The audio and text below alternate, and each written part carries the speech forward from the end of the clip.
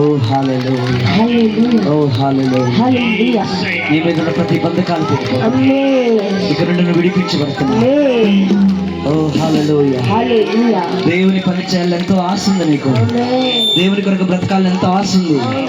కానీ నన్ను నీకున్న ఆర్థిక సమస్యలు, నీ కుటుంబంలో ఉన్న బంధకాలు, నీకున్న అప్పు సమస్యలు నేను ఆపేస్తున్నాయి. ముందుకు పోనివ్వట్లేదు. నేను కూడా దేవుని సేవకుడు వెనకాల పరిగెత్తాలి, పని చేయాలి.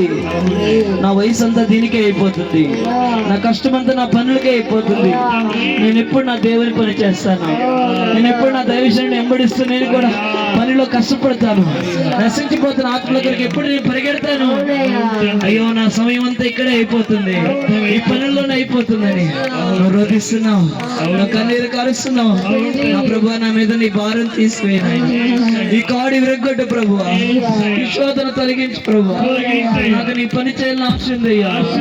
నీ కొరకు బ్రతకాలయ్యా, నీ కొరకు నిన్ను కూడా సమర్పించుకోవాలయ్యా. మందిరంలో నేను నిలవాలయ్యా, సేవ చేయాలయ్యా. ఎంతో ఆశపడుతున్నావు. కానీ నీకున్నటువంటి బంధకాలు, నీ బిడ్డల సమస్య, నీ కుటుంబ సమస్య, నీ ఆరోగ్య సమస్య, ఆర్థిక సమస్య నేను వెనకలాగుతున్నాయి. విసిగిపోతున్నావు.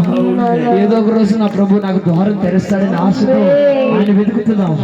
అయితే నా ప్రభు చెబుతున్నాడు, ఆ సమయము ఇప్పుడే వచ్చి ఉంది. ఆ దినము ఈ రోజు వచ్చింది. నువ్వు చూడబోతున్నావు మహిమ కలిగిన కార్యములు, ఎన్నడూ చూడని కార్యములు. ఆయన పని చేయడానికి దేవుడిని కథలు చెప్పుతున్నాడు, నీ పథకాలు చెప్పుతున్నాడు. నువ్వు విడుదల పొందుకోబోతున్నావు. ధారాళముగా నువ్వు దేవుడి కార్యము చేయబోతున్నావు, దేవుడి పని జరిగించబోతున్నావు.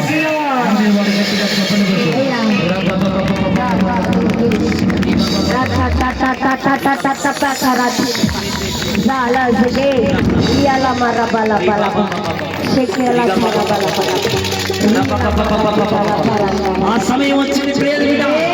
దేవుడి కొరకు పనిచేసే సమయం. దేవుడి కొరకు ఎదురు చూస్తున్నాడు.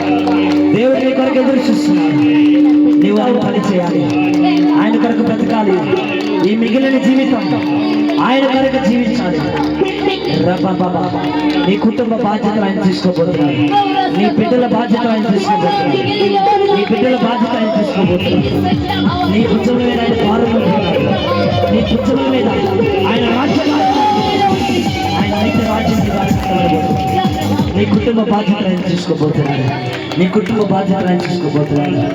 ఆయన కొరకు పని చేయాలి.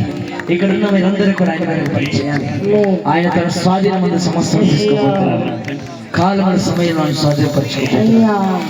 ఆయన నీతిని రాజ్యం వెతకడానికి దేవుడిని నేర్పరచుకున్నాడు. నీకు కావాల్సిన కూడా ఆయన సమకూరుస్తున్నాడు. ఇక మీద ఏ భారము, ఈ లోక భారము, భూ సంబంధమైన ఏ భారం నీ మీద ఉండదు. ఎందుకంటే నీవు దేవుని పని చేయాలి. అటువంటి కృపని నీ బిడ్డలకు నువ్వు అనుగ్రహిస్తున్నందుకు ఆమె థ్యాంక్ యూ. నువ్వు ముట్టించినందుకు నువ్వు విడుదలిస్తున్నందుకు. ఓ హల్లెలూయా. ఇక్కడ చాలా మంది వరకు స్వస్థత జరిగినట్టుగా నేను చూస్తున్నాను, విడుదల పొందుకున్నట్టుగా నేను చూస్తున్నాను. చాలా మందికి హృదయం అంతా తేలికగా మారినట్టుగా చూస్తుంది.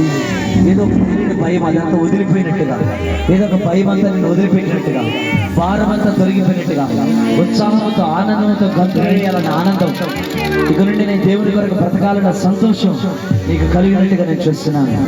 ఇంకా ఎవరిలో ఏ బలహీనతలు ఉన్నా సరే, వారి తల మీద కానీ వారి శరీరాల మీద కానీ ఎక్కడ ఏ బలహీనత మీరు చేయి పెట్టుకోండి. దేవుడి ఈరోజు స్వస్థపరుస్తున్నాడు, ప్రభు స్వస్థపరుస్తున్నాడు.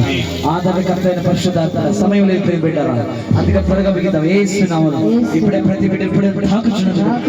వెన్ను నొప్పి, వీపు నొప్పి, నడువు నొప్పి, మోకాళ్ళ బలహీనత, మోకాళ్ళకు జరిగిపోవడం, కడుపులో పేగులో ఇన్ఫెక్షన్, లంగ్స్ ఇన్ఫెక్షన్, గుండెలో ఉన్నటువంటి భారం, బలహీనత, శరీరం ప్రతి అవయవం ఏదైతే సరిగా లేక, మెడలో తలలో ఏది బలహీనతగా ఉన్నప్పటికీ యేసునామములో ఇప్పుడే స్వస్థత ప్రకటిస్తాం. యేసు పొందిన తప్పల ద్వారా, యేసు పొందిన గాయముల ద్వారా యేసు స్వస్థత కలుగును, విడుదల కలుగును. కృప చేత నీవే మహిమ సాక్షిగా నిలబెట్టు. యేసు నామములో ప్రార్థిస్తున్నాం తండ్రి.